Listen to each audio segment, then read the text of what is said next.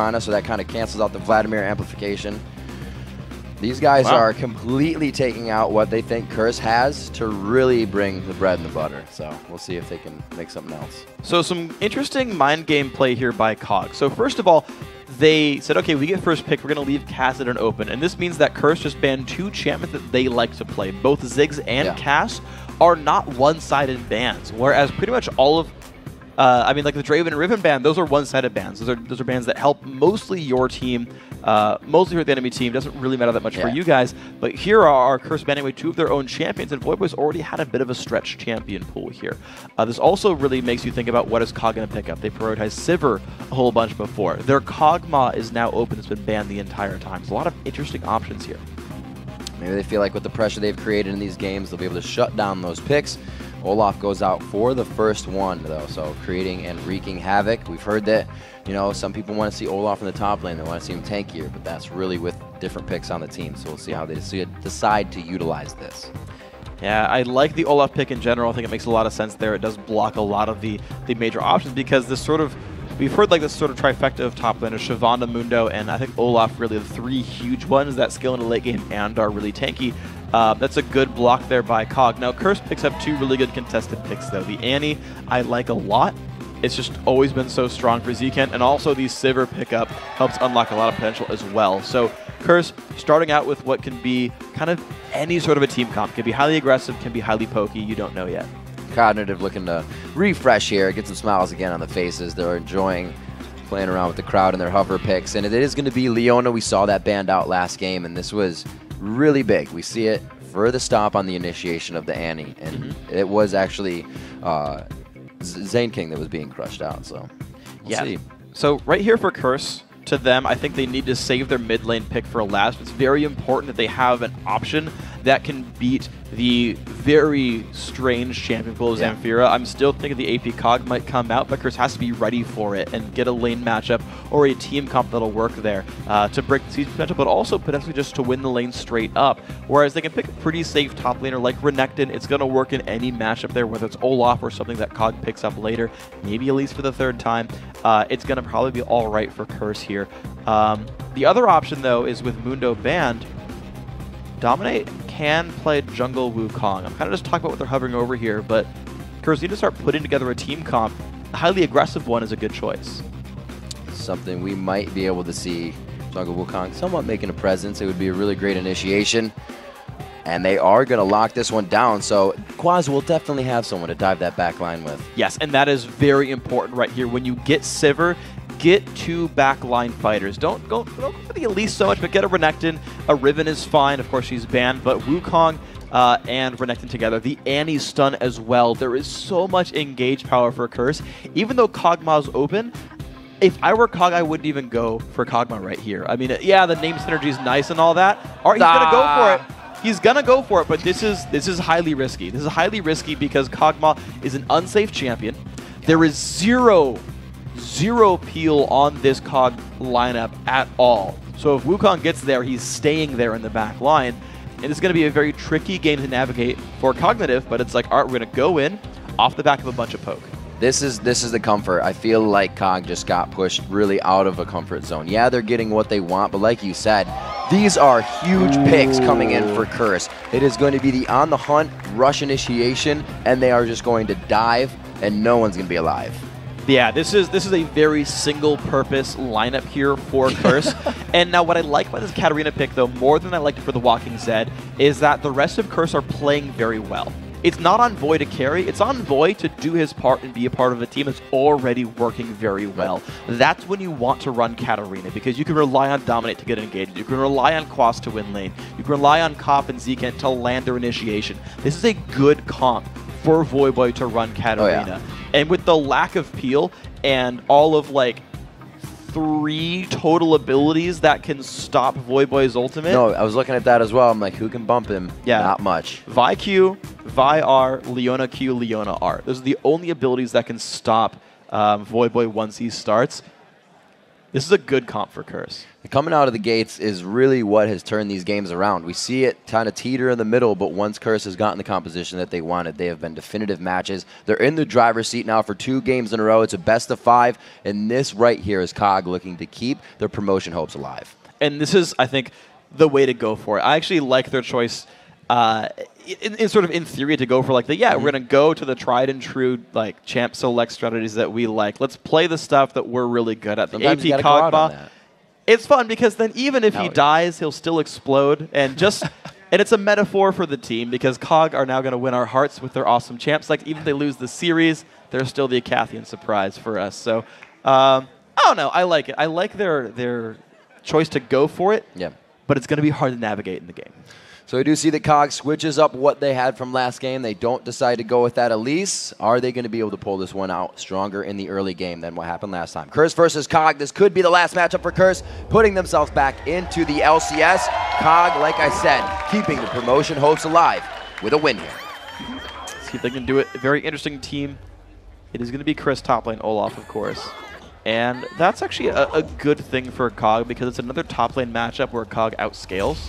Where if it really peters out and nothing happens, because both these teams have been a little bit gun-shy to play very aggressively, Chris is going to have a better impact late game than Quas, and he's got friends to join him this time. So with Vi in there, and honestly, Vi Leona was a very good combo for COG. Like, they've not only brought in champions that they like to play that have been banned out, but they also brought back champions that were so successful for them. A bunch of bursts to get resets for nothing here. A bunch of frontline diving in with follow-up. This is all good things for COG that can make this work. It's pretty quiet on the home front, Freak. It is.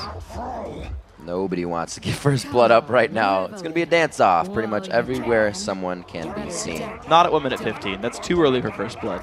It's too early for a dance-off. It's never too early for a dance-off. All right.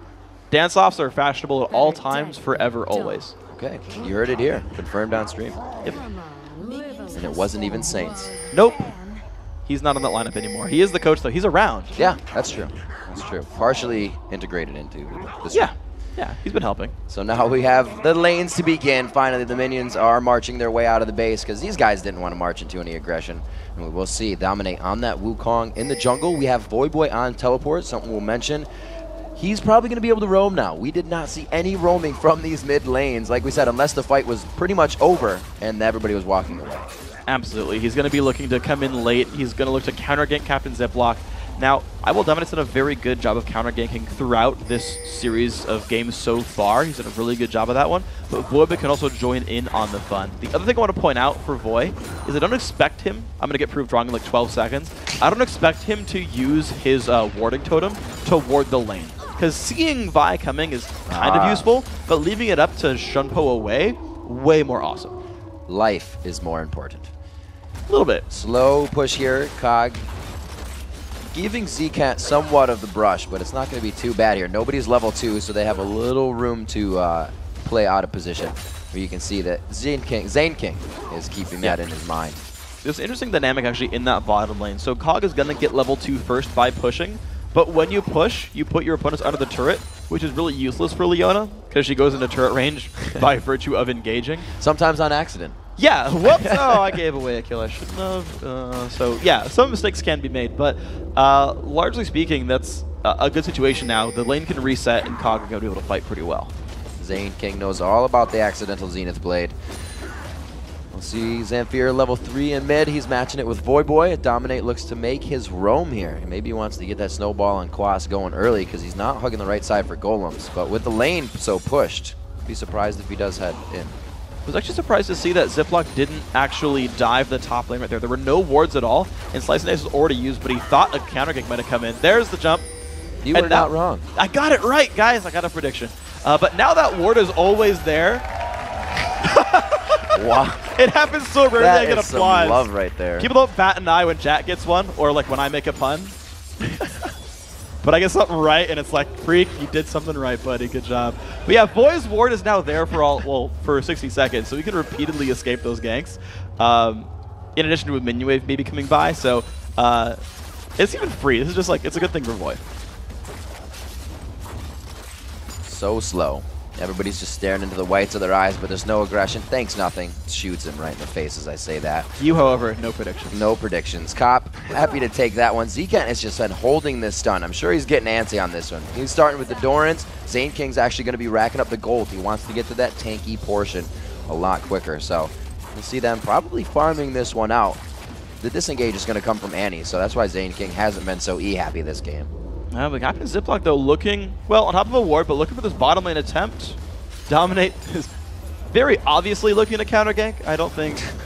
It's interesting because both teams know the junglers are there, but both teams don't know they know the junglers are there. It's an interesting game. Sometimes it actually works out really well. Zane King waiting on the outside. They have all three in vision. Ziploc's going to come around. He probably figures that they know he's there as well with the way that they're playing this. So they will slowly push it back. He's looking to get over the wall. Hopefully he gets around it on the Q. Nice. Dominate's actually going to bring a little bit of vision with him. I don't think they're really going to get much out of this. They're just stalling out time. It's okay, they don't know he's there. He got revealed, walked back into the brush. He's gone. There you go. All right, away they go. The junglers said, all right, we're both waiting in the fog. Both teams kind of read that one, and then nothing happened overall. So back to farming they go. I do want to look, though, a lot at this mid lane because I think it's the most dynamic lane here. There's a heck of a lot of kill potential from Voy. Yeah. Zamfiro is pretty much going to have to flash when Voy hits 6 and all-ins him. Or at least burn some kind of summoner because there's so much damage potential out there on a level 6 Katarina. And Voy's holding up in minions so far. So it's only going to be like worse and worse for Cog without gank pressure, I feel. Chris goes back for a real fast chain vest. He's taking some good damage from Quaz even with that on. So whenever he's running, it is painful for Chris. We'll see how that lane goes in a few minutes. But again, back to that mid lane. Voy continuously leveling up that Q, ASAP, and putting it on Zamfira every time. Because Captain Ziploc will leak. No flash vault breaker. Kobe's sad. Voy's going to walk away from this one. But yeah, that's actually the kind of pressure that Cog needs. Look at that. Level 6 coming out first. Okay, never mind. Voy got it as well. But that's actually very important, is kind of getting the pressure down there. It's a safe recall here for Zamfira. He can go back in the lane with... he can go towards Charles if he wants some extra MR, or he can just start stacking up tier. But being able to survive the lane with some durability is probably going to be important here. No flashes. They're all real. No flashes burned just yet within the game, and it's really slowing down the jungler's ability to get into these ganks as well. Dominate not exactly bringing the most crowd control to his gank, so they got to get that one just right. But Ziploc, you can see him not as much presence in the lanes right now.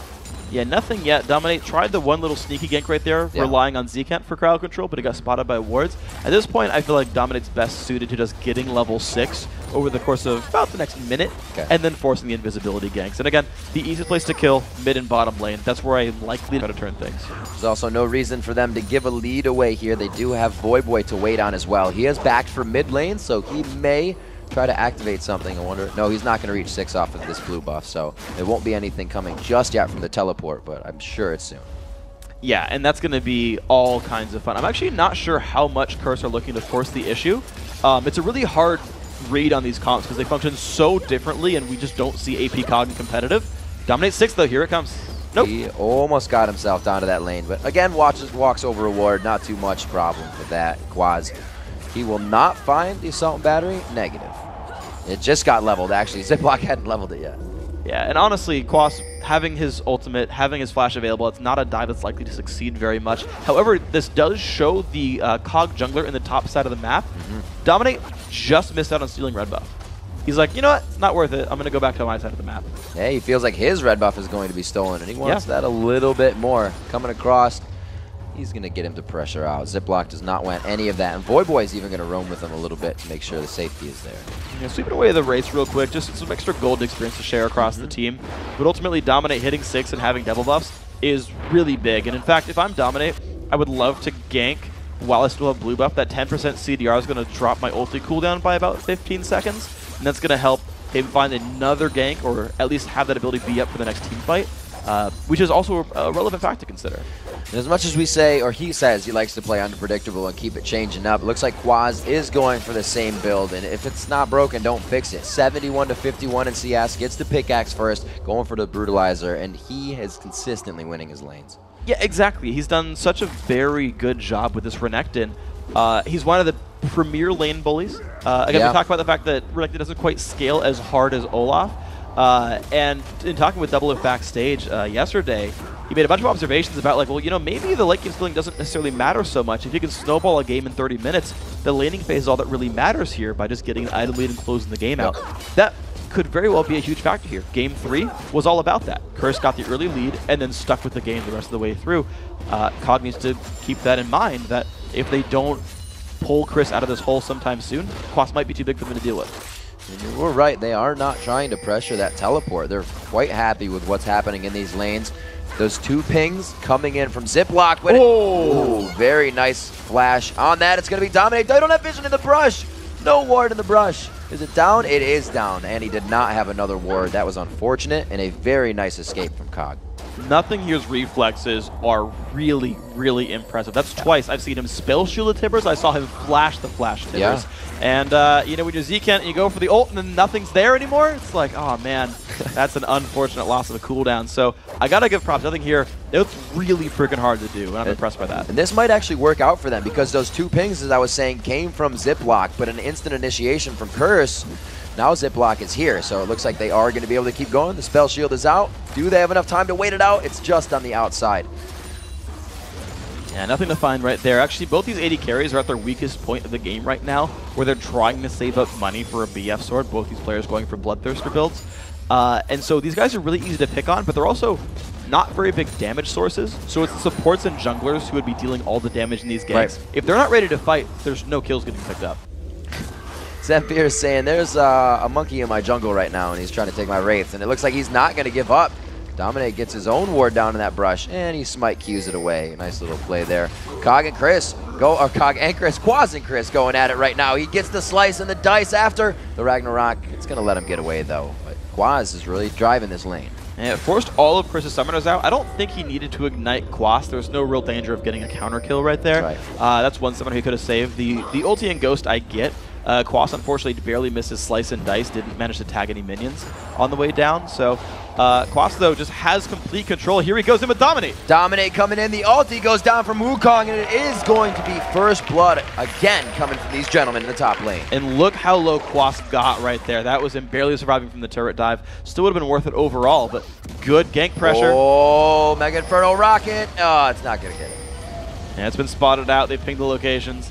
Nice try, though. It was a nice try. That was a great try. Feel the wind. 104 to 72, keeping that 30 CS deficit on to Chris is going to give him a hard time. They were saying, take Olaf out of the jungle, put him in the lane, give him the defensive items. They are shutting down him, getting those defensive items. He'll get them, but it's going to be a lot slower than he wants. And the funny thing is, though, like, I think it was game 2, there was so much pressure being exerted by Captain Ziploc on Quas, and it actually put Chris ahead in the lane. Yeah. Chris was winning the lane. And that's not happening this time around. Even though there's not a lot of ward coverage from Quas, even though Quas is, like, his ult's down right now, like, he is pretty gankable, there's just, we haven't seen that same gameplay there. And this was the one matchup where it really could have worked. Chris chasing him down with Ghost and Undertows, like, ganking, camping top would totally work here for Cog. Not much damage from Voidboy just yet. He only has the Sork boots and making himself into trouble here about being an escape artist and still having his ward up. He'll be all right. Okay, so Boy's alive, and I take that back. Actually, he used his full spin, and it just didn't matter too much to Zamfira. Looks like he's going, I'm going to guess, towards Rod of Ages as his next health build, or what he's building with that Ruby Crystal there, but certainly looking to stack up. This is very similar to his Orianna game where he went Archangel's Roa. Yep, there's the Catalyst and the Blasting Wand picked up. So Zamfira really looking for a late game scaling build. Cog saying they're confident to play into the late game and use Kog'Maw as their insurance policy if things go wrong. We'll see if that can work out for him. It's a big if. If it gets there, that Cog is going to be gigantic. But this is a, like we said, power pick team coming from Curse. We'll have to see how Dominate can help his lanes. Right now, trying to do so again in the bottom lane. They want to shut down Nothing here and Zane King. They've realized that Leona being able to initiate onto Annie every time really cost them the fight in the beginning. So they're going to cut that out, not let her be tanky. Absolutely. Trying to get rid of that guy. Trying to keep everything... you know, keep as many advantages as they can. The problem is Cog just, they're already kind of winning their bottom lane already. Bloodthirster finished already for Nothing here. This Jinx, as far as damage scaling goes, outscales Sivir. you can just kind of carry games as Jinx. The difficulty being that it's really hard to keep Jinx alive against this team. Now the thought is maybe that Kog has so many threats, Curse can't remove them all, and something's going to carry the team fight to the end of it. I'm not sure that's very true, though, with Katarina getting a bunch of resets. But in the meantime, though, if Kog can get those initiations using Leona, making a bunch of stuff happen, they can prevent a lot of those engages. There's On the Hunt, crushing blow into the Cyclone, and they are going to be able to get the kill on Nothing here. The teleport coming down from Voyboy, where they said the party's over, you're late. Yeah, that's the kind of ganks I wanted to see from I Will Dominate. It's the kind of ganks Cortez was supposed to use there from Walking Zed. Wow. Ooh, the flash, the ulti, here it There comes. it is, Kobe gets what he wants. Quaz going to be taking quite a bit of damage here. The Slice and Dice still coming up on cooldown. Do they have enough? They do, and they pick it up. But this is going to leave that, or make Vision in the top lane for them. Knowing the jungler's there, they're going to be able to grab Dragon. Yeah, so pretty good trade overall for Curse. A kill for a kill as far as jungle ganks are concerned, and those are all very smart jungle ganks. Getting Chris into a good place against Quas is actually probably the single most important factor in this game for Kog. If Chris can win that lane, it's really hard for Curse to deal with this because no one else on this lineup can deal with Chris. He could one-man carry this game if Kog gets him rolling. Voyboy in a really great roam here. They did kind of a 1-2 roam. Voyboy went up top, and Dominate was sure to cover mid. They've saved all their turrets on a Dragon where they should have lost one. Yeah, very good play right here. Curse overall taking a gold lead by... I mean, the thing is, they pressured the bottom side of the map, which just has more objectives every 6 minutes, and that was a very smart choice there to convert that very quickly, especially once they saw the enemy jungler on the other side of the map. It was a very smart and very safe choice at the end of it all by Curse. But now, of course, 6 minutes down, they've got to sort of reset and say, well, look, we either siege, which I don't think is going to happen against AP Kog, and with a melee-heavy lineup, or they wait around for 6 minutes and let Kog keep scaling, and kind of this 2,000 gold lead doesn't go anywhere. And this really can't go any better for Dominate right now. He picks up 2 kills, and everybody's looking at him on the team to be the main initiator, so he's going to be where he needs to be a lot quicker as long as nothing kind of changes from here on out. If he can keep getting those slow kills, he'll be good to go. Especially if he can keep destroying the bottom lane here for Kog. Right, right. You remove the AD carry, and the double bruiser of Wukong Renekton doesn't die to much of anything unless you have like Nashor's Tooth coming at the end for Zamfira, just putting out so much auto attack damage that he actually can kill that front line. But that's going to be hard. So realistically, I Will Dominate. You talked about him doing very well. Had 2,500 gold before he backed. Picks up Ancient Golem and more. Start going offensive with a Brutalizer. He's going to really be able to force ganks. He's got 20% cooldown just from items. Another 10 anytime he gets blue buff, which no one else needs. Dominate's going to be putting out a lot of pressure in this mid game. Crushing blow, almost taking down Nothing here really in the beginning of that fight. The Cyclone was just for good measure so everybody can get their assists in.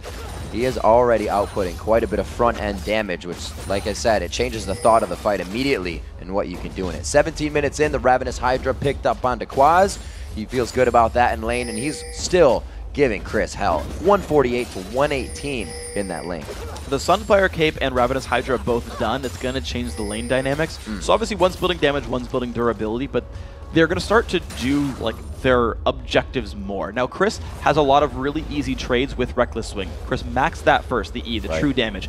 Quas will just get chunked by that ability. The difficulty being that Quas has a lot of health sustain now. He's 21 defense, he's got some health regen there if he ever gets low, and he's got the Ravenous Hydra lifesteal. So if Chris doesn't play aggressively, he'll never push Quas out of lane, and Quas will just keep last hitting, which, you know, can be a concern. And this one's very close in gold, and much to the right, Curse or Kog, neither Kog I should say, are wanting to fight this one out. It's very here and there on the fight. It's only 2 to 1.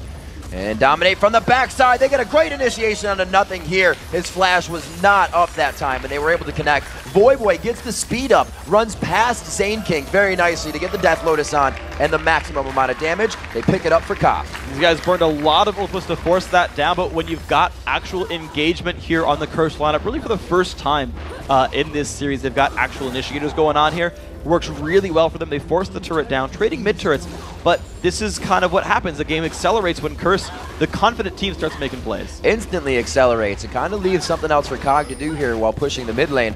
But again, they are in the right spot. They're only going to lose one off of that, but they got kills and the turret. So good stuff here. The gold lead still only 2,000 apart. These guys are actually trading resources pretty well. But this top lane matchup, you're seeing it. Quas is winning this one. Chris forced to get away. Summoner spell for an ult. Take that any day, says Quas, and he's going to be ready to stay in that lane, pressuring Chris just past the river every time. Stay on your side of the court. Yeah, so No offsides now for Chris. He's going to have to sit there on the back, play defense for a while. The blue buffs are still given the dominate. This says, yes, we really want you to have the low cooldowns, have the ability spam. Sivir would make use of it, but they're consciously giving Dominate that power, the extra golden experience. Dominate has a full level on Ziploc right now. Some of that's the buffs, some of that's the kills they've been picking up, but that's a state of power. Dominate is dominating the jungle. He's doing a very good job. Just seeing the level comparison right now, everybody seems to be even. 13s in the mid are the highest. And like you said, Dominate really the only one with a level up on his position. His core items finished. You can see the switch up, the Haunting Guise, but quickly into the needlessly large rod for Voyboy. So he had the money, he's maxing the power. Exactly, he's going for what looks like a zone. Actually, it could be Zonius or Deathfire Grasp. I've seen both builds. Ooh, nice flash. Yeah, I think he's going to be safe. I've seen both builds on Katarina. They work in very different ways. But first, Quaz getting jumped on. Quaz, the turret could have been too much.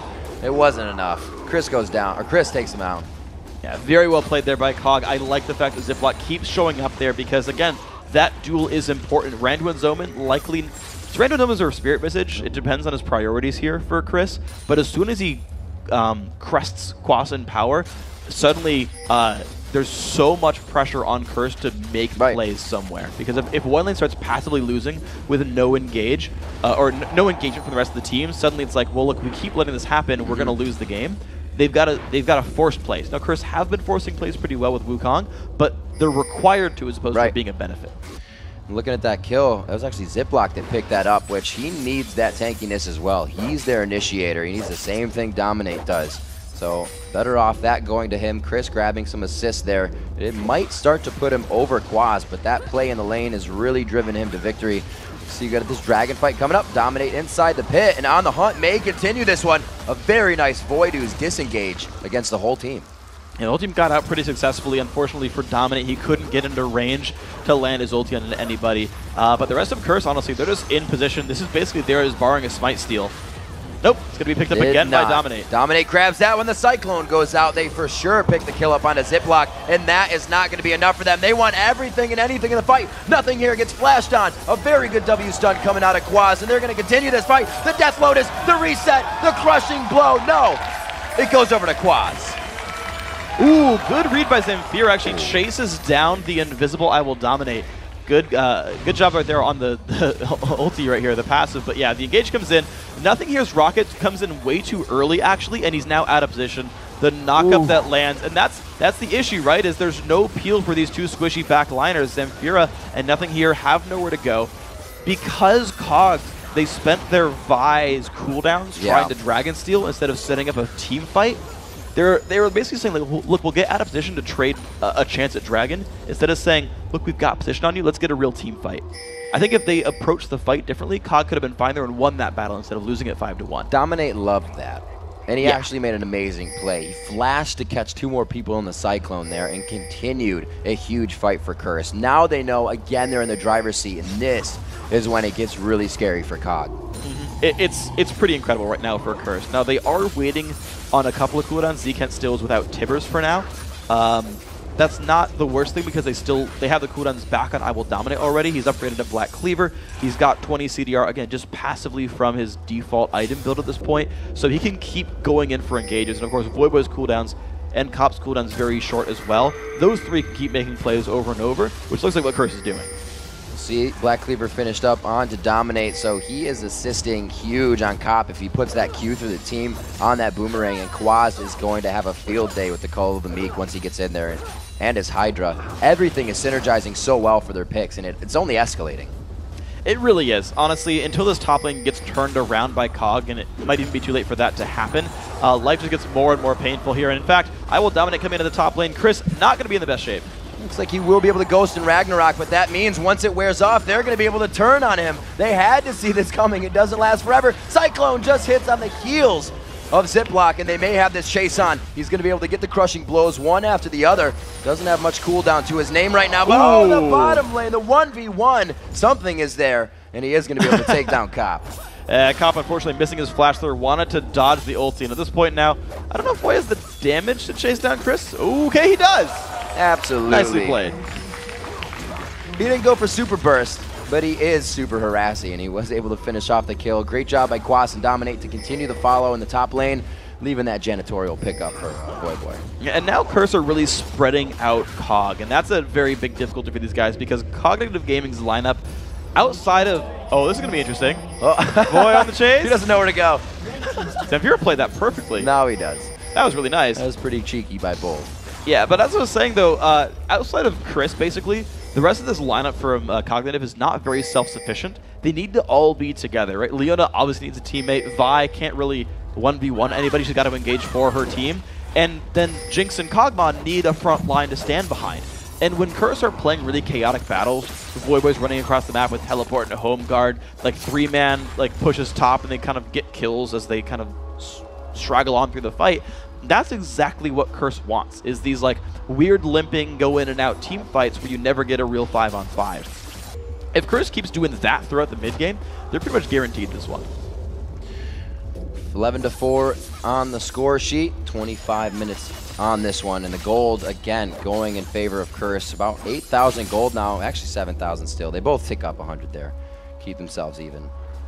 It's just going to be Curse, as we say, in the driver's seat, slowly taking turrets. This is the time when everything kind of slows down, but they know what to do next. They haven't been taking something and just stopping. Yeah, I feel like Curse are definitely going to keep looking for these battles anytime there's a meaningful objective available. So Dragon's up in a minute and a half. That's going to be something that Curse are definitely looking to control and say, look, we're not going to give that to you to get back into the game. We're not going to give you the experience and gold that it takes to get back onto our level. Instead, we're going to take that one down pretty cleanly. If you show up, we're going to out-team fight you. Curse are just... They're the team that are going to get a bunch of ward control here. They've won a bunch of fights in a row. They've actually got a lot of wards peppered throughout the map. That's going to allow them some really clean rotations and a bunch of fights in a row. Hydra into that Randuin that's already been utilized in these last fights, so the tanks are really coming out for Quas and Dominate now. He's got his Giant's Belt. He got that Golem quite quick with that Cleaver in the beginning of the game. So they were just able to have such a surge of power, and really that's where COG has faltered. They're not able to find a way past that. And right now, like you said, biding their time to scale up. We'll see if it's going to be an objective for them. Well, let's see what these guys have right here. Everything's been reset, but COG getting a couple of nice split pushes there with the bottom lane turret going down. But Curse, though, they've grouped up. They said, all right, the 4 of us here, if we get a Flash Turtles Initiation or like a Flash Wukong Cyclone, that's enough to get a team fight victory because Voyboy can clean up. Kind of any mix and match of 4 members of Curse actually works really well together, which compared to Cognitive, that's not true. Right? Cog needs the right guys for them to make a fight happen. Curse can match any of these guys, which gives them a lot more freedom around the map. Cop can sit here split pushing, being Sivir, highly evasive, and still scale up in levels and gold. Yep. The rest of Curse can make plays. That's exactly what they're trying to do. We've seen Voyboy going off by himself in the 1v1s. Although Chris didn't have much HP, they know where to grab these kills up, and it means they're moving before it happens. They're setting the chess pieces in motion already, setting up for this dragon that's here, but COG knows the time as well, and this is their chance to make a move. So COG are going to be here first by a little bit. Voi's teleport is down. He's trying to home guard back down the map. Problem is, COG don't really know all that information, and they're a little bit hesitant here. They're not in the greatest of positions. They're trying to group back around. Now, they do have positioning for a real 5v5. This is a true test. There's 7,000 gold difference, but if COG can win this fight, they basically have to win this fight. If they give up Dragon, they're going to fall farther and farther behind. They'll never get back in. This is the most important fight for COG here. This is a really scary fight. All of that AoE is perfectly centered around Voyboy and Dominate. They can get him with Cyclone and Death Lotus, and it's not going anywhere but to the HP bars of COG. There is zero escape for them. And if they pull this Dragon out, they'll be a bit safer, but it looks like Ziploc is going to keep himself in. The team's not really reacting to this. Well, the good thing is they have AP COG and Olaf for some really meaningful poke. Voi's down to half. This is going to be a really short timer for Curse. They might have to go in now. There's the Talisman of Ascension. Will they go in? The Tibbers coming out on the back line. Quaz tries to get in. Misses out on the Tiamat, but he does spread the team very thin. Zekent to the back line. Chris takes him down and enters back into the fight. Zamfira flashing over the wall. Will he get more living artillery from the outside? Dominate goes for the clone, but he goes down to the red buff as well. The shot coming from the backside, and Zane King picks up a kill. It's the move they needed to make, but could Curse turn this around? Right onto nothing here. Quaz with 100 HP. Get excited. One more shot. Get more excited for the triple kill. Nothing here played that fight so well. He actually stopped I Will Dominate's engage. They're going to get rewarded with at least one turret here. Watch this. So the dive comes in, Dominate flanks. He got stopped by Flame Chompers, and Zamfira and Nothing here peel away from the initiation so very well. And Chris manages to mop up in this team fight as well. Voyboy never got the perfect engage he was looking for. A Zamfira flash over the wall kept him safe. Nothing here completely outplayed I Will Dominate, as well as picking up these 2 cleanup kills. If you don't get rid of Jinx, she does this to you. Nothing here was massive for that fight. A turret and the dragon picked up on top of a 5 for 3. That was the move they needed to make. That's the first fight they've won like that, being down in gold throughout any of these games. Curse, having that lead in the last game, was able to kind of take it over and make it look clean and easy. COG now adapting this time to their loss, and they are fixing it. That was really well played, and you can just see what comfort picks will do for you. I mischaracterized AP COG. I was like, that's going to be real hard to deal with. I feel like he's going to get blown up, but with the Seraph's shield, with his flash and barrier being used, Zamfira is actually not easy to kill. Just to give you guys some math, 2,500 health, his barrier's worth another 400, his Seraph's shield's going to be worth another, what, like 400 or something. He's got like a almost 4,000 health pool. Good luck actually removing that. And then he's going to blow up on you if you kill him anyways. Yeah. He's got true damage per level. Yeah. So that's kind of painful. 51,200, looking at about a 4,000 gold lead here as 47,000 sits in the pool of COG. They just made that actually quite a lot bigger here. 30 minutes, 30 seconds into the matchup. 14-9 as the kills finally start rolling in for the viewers as well as for the players. And these items are going to start being built out as well. Quaz finally going for a little bit more damage mitigation in his Spirit Visage as he builds that up. Looking on the other side, the Randuin's coming out from Olaf. We said Chris was having a hard time and he's kind of lackluster on the items. Well, COG needs to react right now. The Voyboy split pushing bottom with Teleport and Home Guard available, and COG aren't making any way in. They are forced to recall, and again, Chris splitting up COG. This is the right play by these guys. Forcing, looks like it's going to be Chris to go back, but it's going to be hard for COG to fight the rest of this battle. Voyboy trying to replicate a cop. He's close. He gets one inhibitor turret. That's all right. Happy with that. They're going to have a good push towards that bottom lane. It leaves a window open for something to do if the game does stall out. Damn, Voyboy. Got some blue suede shoes on running from this one. Chris doing what he can, but Voyboy dodging and ducking out. Good escape there by Voy. If one of those Undertow's head landed, very likely Chris could have picked it up. If his Ghost was up as well, that would have been probably a kill for Chris. So well played by Voy, and of course he got the turret, so that's again more pressure without Teleport being burned. They got a choker for this, so COG regrouping for this push, and they are what looks like to be the stronger team right now. Barrier and Seraph's shield are both back up here for Zamfira. He's been hard to get rid of.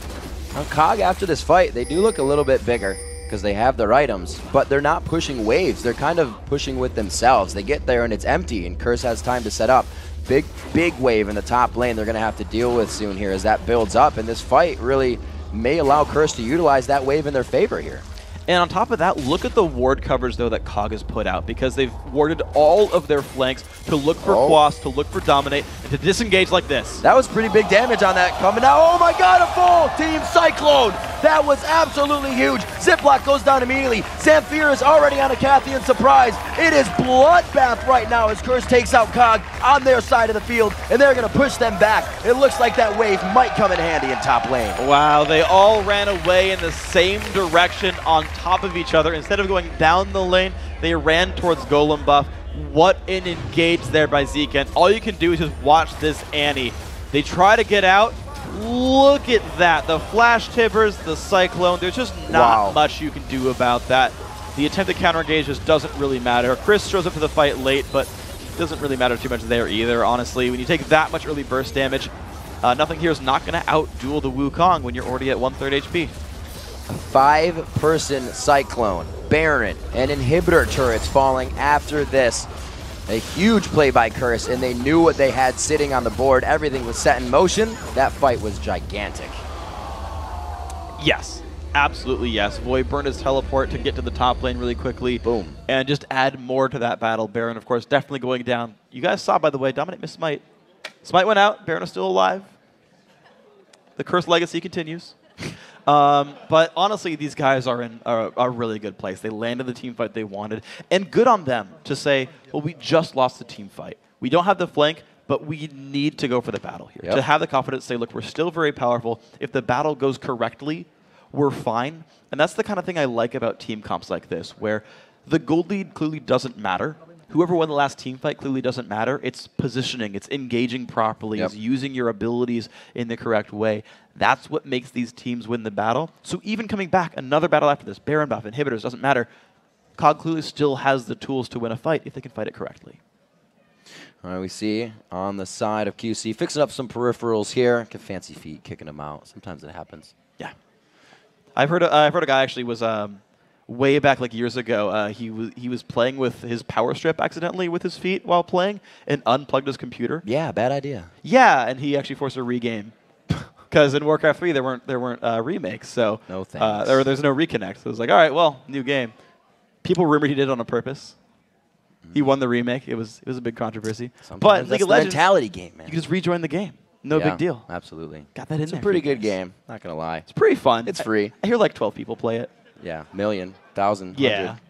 infinity. A lot of bros. You guys are awesome, by the way. Yeah. But we got to remember what's on the line.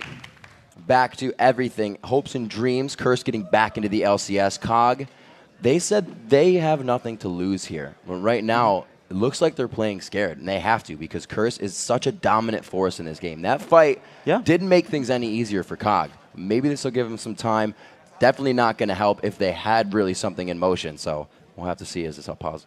Yeah, honestly, COG, they really grinded to a halt because of that team fight. Like, that's a pretty big morale killer. They just got a team fight win. They got Dragon. They got a turret off of that. And it's like, all right, COG have a glimmer of hope here to pull it into a game 5 and try to bring it out one more time. That's a good place to be in. And then they got severely outpositioned.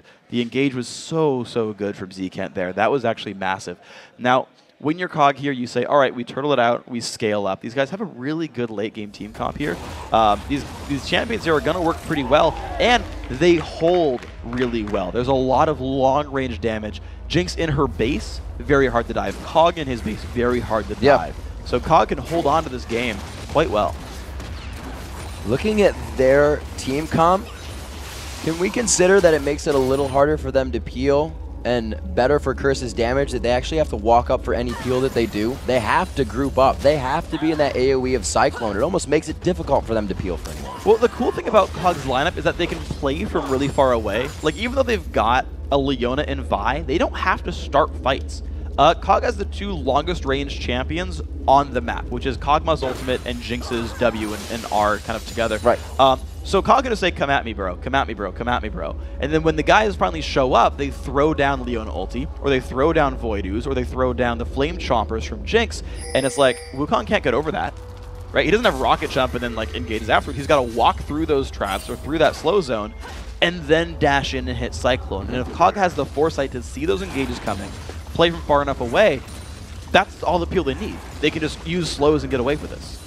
10,000 gold lead, and I think Curse knows it. The Baron buff circling around them, and they got quite a good time on it. More than 2.5 minutes left onto that one. This open inhibitor turret here in the bottom lane. This has all been done by Voyboy. He was doing Cop's job last game. He's taking the bottom and top inhibitor solo by himself after engagements. Yeah, Boy's going mental this game. He's 6-1-7. I think we finally found him a champion where he gets to really...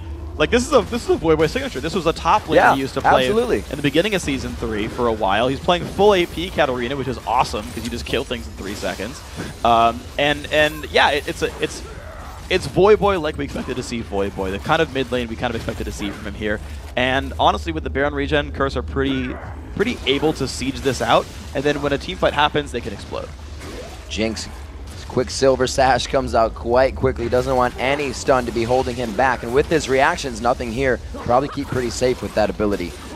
A 10,000 gold lead. Very daunting for COG here. And you can see they don't want anything. But Curse knows there's still potential, as you said, in that COG lineup. And they're not taking this inhibitor easily. Yeah, they're still trying really hard. They have 2 elixirs burning, whereas COG has 1. They've still got the Baron buff for a minute and a half or so, and they are slowly making the way in on the inhibitor. Despite all Zenfira's poke, it's working for these guys. They're maybe one wave away from the inhibitor. Every time Cop can get into there to make a hit, that melee team makes it a little more difficult, but they finally come up with it. There's no initiation there. A nice Shun Po away. 19-9 is the score. We are 36 minutes in. Curse is looking to regain their spot in the LCS, but COG keeping their hopes alive. Their base, however, kind of on fire. Kind of on fire. It's not a great place for these guys. There's only one inhibitor turret left standing, but Dragon is back up, so Curse can continue to cement their lead if they want to just take more gold. Yeah, Ziploc, you don't have control of your own jungle. Be careful, dude. Going in, the blue buff not completely necessary at this point. That Baron buff is still ticking away, and they have a large advantage over the jungle. Their wards are pretty much the only thing that sits in a spot that would really be a warranted objective. And it looks like they're going to head back here with the map objective free besides Dragon. So I guess it's not objective free. We'll call it not. Yeah. It's going to be picked up by COG. Okay, so interesting choice here by Curse. They're going back to buy up a bunch of items. They're giving away this this golden experience to COG, but Curse bought a recall with that. Basically, so COG's going to back up. They have no map control anyway. Nothing's on the map. COG doesn't have anywhere to go as a team, so Dragon was pretty fortunate for them. But Curse say, look, we're more powerful than you.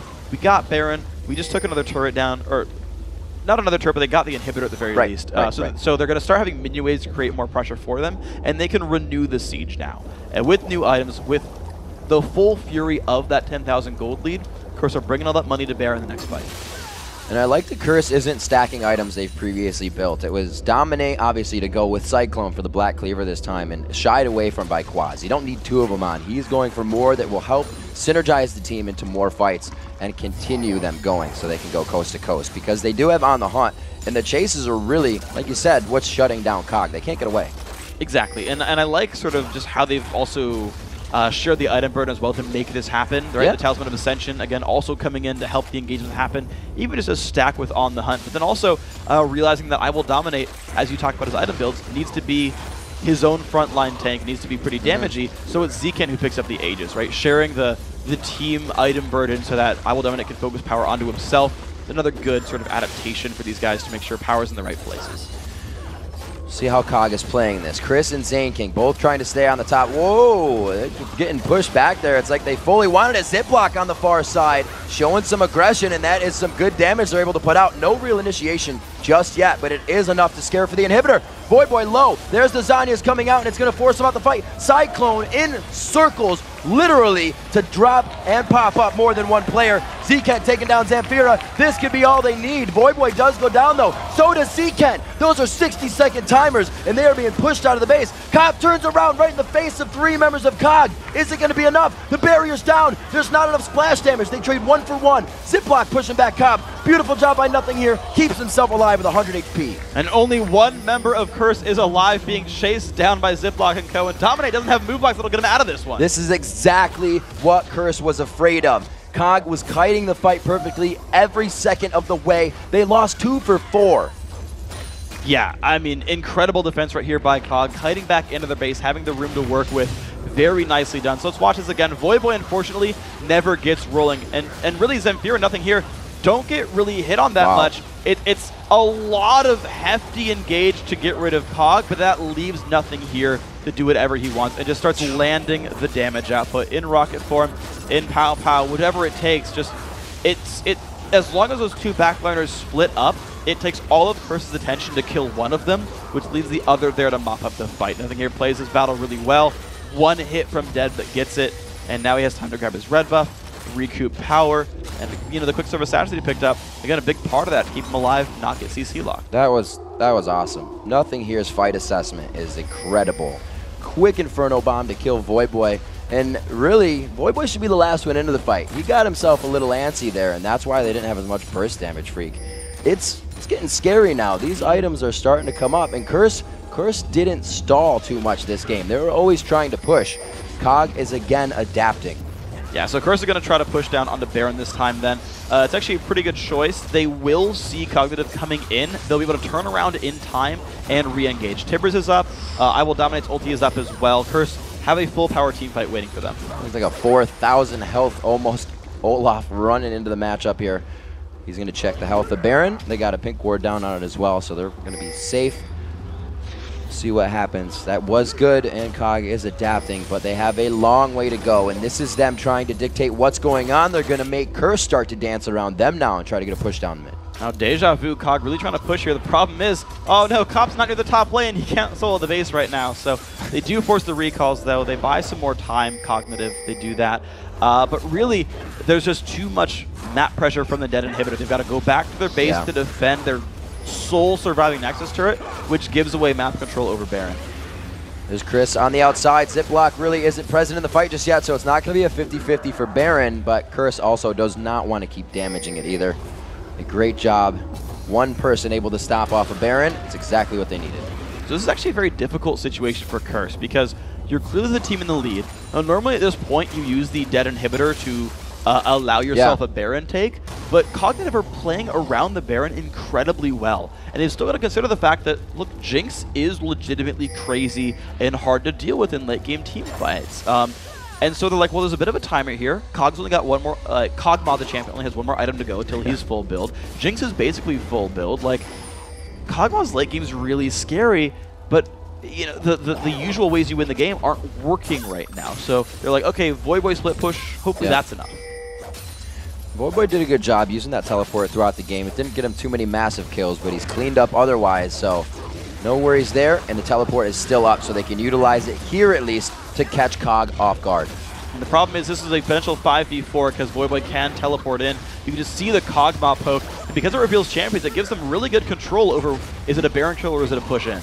Talisman of Ascension. Looks like they don't really want much of that. Whoa, Ziploc going in. It's going to be Zkent kind of holding out to the outside. The teleport now coming in on the ward. They place it for him to get into the fight. Is it going to be enough? Voyboy's in. Zamfira gets locked up. The Cyclone is hitting at least 2 members. Here's nothing here. Makes his way in from the side, but it is Voyboy picking up a few resets. Voyboy on the triple kill. The quadra kill. Voyboy getting away from the Cathian. Surprise with the Zhonya's making it look good. Nothing here will not equal the Penta. That was so close. Zamfira almost took a whole bunch of people out right there, but now Curse, 4 members alive with only nothing here left to defend the base. This could be Curse re-entering the LCS. So he did go and use the teleport, and it ended up quite big for them. The AoE damage, however, of nothing here, that is quite scary, and they cannot stand still for too long. Dominate looks to be taken. Most of the damage is Quaz knows he can take a few shots. There's the Nexus turret. It is going to be Curse locking down, taking back their spot in the LCS. Congratulations right there. Curse on their feet, and for good reason. Very well played series, coming back from a rough Game 1 loss and trying to get on more and more as the series went on. The pickups, the choices, the team being remade. Curse looks to be in good form, not top form as they were, but enough to get in the LCS and once again reach that position. Yeah, very well done. Quas really showing himself, Dominate showing himself, Zkent as well. The new additions did good work. Cognitive, honestly, pretty good run for these guys. Yeah. I gotta give them a lot of props. They were such underdogs throughout the challenger scene, scraping it together, barely making it into this tournament itself, being picked by Curse first as what was sort of supposed to be the weakest challenger team, but they put on a really good performance. A lot of these games just spell when you don't know the team you're going up against that well. It's got to be comfort picks. You got to rely on what you know, and sometimes it just doesn't work out the way you want it to. There was a lot of picks being taken away from Cog that they wanted and switched around. The bans coming out from Curse, we really saw Champion Select being the place of victory in these games when teams don't know about each other. It really did happen. Game 1, the Nidalee pick, the analyst has talked about it, a little bit of a weird choice for Curse. You saw here in this last game, pretty good reasons for why Kog'Maw was banned. Zamfira put a lot of pressure on the map, actually created quite a number of opportunities, but really the interesting thing I liked was that jungle Wukong, I will dominate, pretty much started that game the right way for Curse and was the reason that they could continue to win team fights against a very scary, very pokey, Cognitive lineup of some very fun champions. I mean, I'm going to say 90% of the time a 5-man Cyclone is going to win you the fight, and he was consistently doing that. The Flash Cyclone and Dragon Pit, long day. He flashed out, grabbed 2 more on pretty much the max extension of it. Yeah. An amazing play. Everybody started turning it on after Curse realized there was a problem. We need to change something. This isn't how we play. Yeah, they stopped playing scared. They really seemed to refocus partway through that series, and they took initiative there. That was, I think, a fault of Cog partway through the series, games 2 and 3 especially. By the time we got to game 4, I think both teams were playing it pretty well properly, and it was just a couple of really interesting team fights. You saw the one down by Dragon where so many good plays by Cognitive won them the 5-for-3 fight, and then 2 minutes later, Curse finds their own version of that fight where they get the engage they want and group everyone together. And it was, it's fun to see games like that where it's just the way you play it changes the game, not just champions, not just individual plays, but the team approach. And a little individual play, I think everybody is confirmed on is Quaz. Played absolutely amazing for the team. He came out strong, brought out his Renekton, tried a few other things, but it was really that was able to carry a lot of what Curse did in the mid game to that late game, into those inhibitors in the Nexus. Yep, he pulled a bunch of attention to himself, fought up against Chris the whole way through, pulled so many ganks from Captain Ziploc, but kept his lane locked down. It was a well-played series by Quaz. Let's hear from the team themselves. We're going to send it down to Shocks on the main.